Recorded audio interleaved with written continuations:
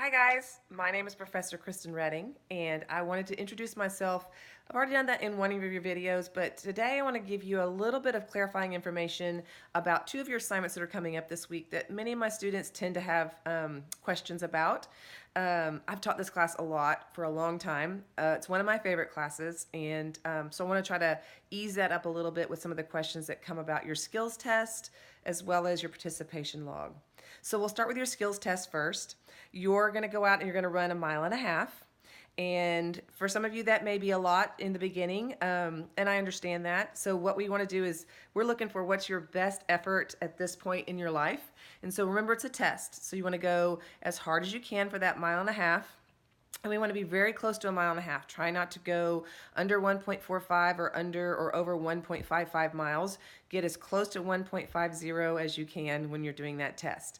If you're outdoors, you're using Runkeeper, so make sure you're using that app on your phone. And remember, you have a pace requirement in this class that we're looking to be at 17 minutes per mile.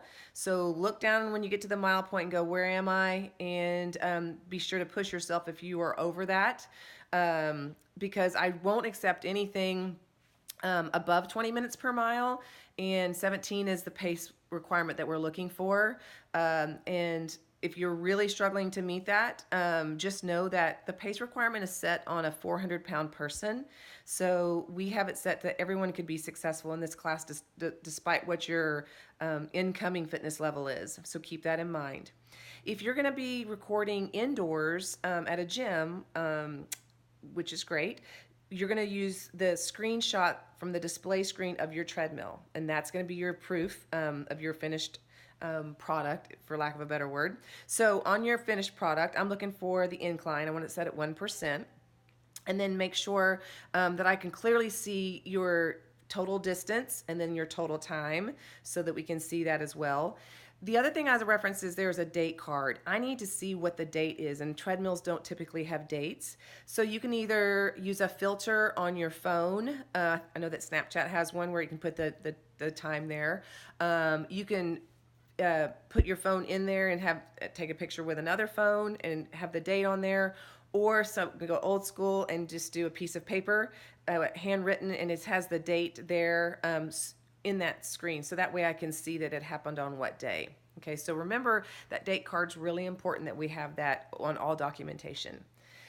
So that should answer your skills test. Make sure you do the lab and the skills test documentation. Remember, in this class, it always has to be documented. I will never accept your word for I did this. So watch out for technical difficulties. If you mess up and delete it or didn't take a picture, you won't get credit for it. You'll have to redo it. So keep that in mind. Okay, so the next one is a participation log, which is coming up. So you guys will have 2 cardios and 1 resistance training session due each week. With resistance, that's 10 total exercises. You can split it up into 2 days and do 5 and 5, or you can do them all in one day. I'm looking for variety, and I'm looking for upper body and lower body. And remember, you're also going to need to have a picture of you doing the exercise, not of the machine, of you actually doing the exercise. So use the timer feature on your phone to get you recording on that. Ask a friend. However you want to document it. We've never had problem with people not being able to document. It's just a little bit of a tedious part of the class. But it's an online fitness class, so that's how that works. So make sure you submit your all 10 photos for your documentation. When it comes to your cardio, you have 2 a week. And I do give you a choice of one of those cardio sessions to be a high intensity interval training session, which is otherwise known as HIIT. So on your HIIT, remember, we want a minimum of 20 minutes in length. I want a picture at the beginning of your HIIT and a picture of the end of your HIIT session with a date and time stamp so I can see how long before and how long at the end.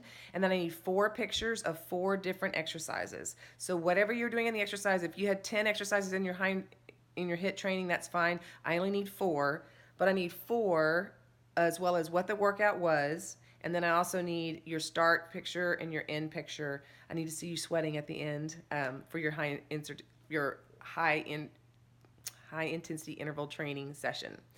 You can only do one of those a week, so if you fall in love with it, great, but only one.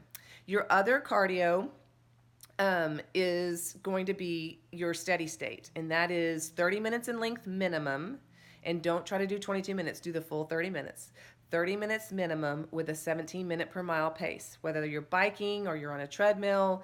Remember, I'm looking for documentation. If it's outdoors, it's going to be Runkeeper. If it's indoors, it's going to be on whatever device you are inside, and I just need that final display screen with your date card. Your HIIT workout is optional, so you don't have to do one. So if you don't do one of those, you can do 2 of the steady states. Okay, so just keep that in mind. If you have something that you feel like is kind of hard to document, email me and say, hey, this is what I want to do. How can I document that? Do not assume I'm going to accept your documentation. Let's get that taken care of beforehand so we make sure it's all clear. Okay, guys, I'm looking forward to seeing all the variety and the progress you're going to make in this very short class.